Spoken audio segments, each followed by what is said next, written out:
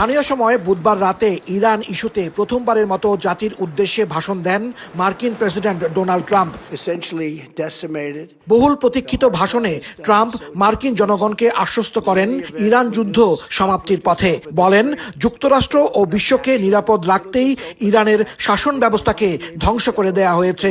সুনির্দিষ্টভাবে আর মাত্র ৩২ দিন পর ইরান কারোর জন্য হুমকি হতে পারবে না বলে দাবি করেন তিনি। প্রেসিডেন্ট ট্রাম্প তার ভাষণে ইরানের সাথে যুক্তরাষ্ট্র ও ইসরায়েলের যুদ্ধের সর্বশেষ পরিস্থিতির বর্ণনা দেন।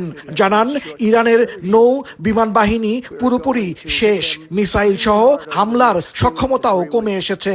We are systematically dismantling the regime's ability to threaten America or project power outside of their borders.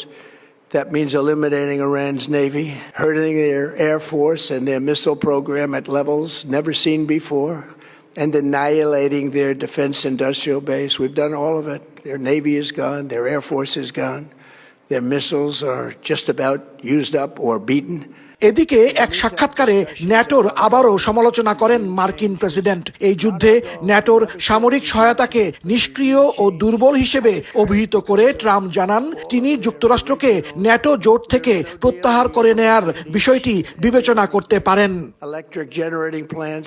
এর আগে দিনের শুরুতে ট্রাম্প বলেছিলেন, ইরান যুক্তরাষ্ট্রের কাছে যুদ্ধবিরতির অনুরোধ জানিয়েছিল, তবে ইরান সরকার সেই দাবি অস্বীকার করেছে।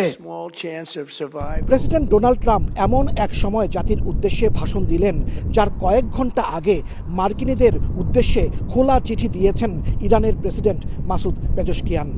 আর সেই মার্কিনীদেরই ট্রাম্প তার বক্তব্যে যুদ্ধের পক্ষে যুক্তি দেখিয়ে আশ্বস্ত করলেন।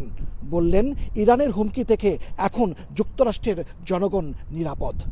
হাসানুজ্জামান সাকি, সময় সংবাদ, যুক্তরাষ্ট্র।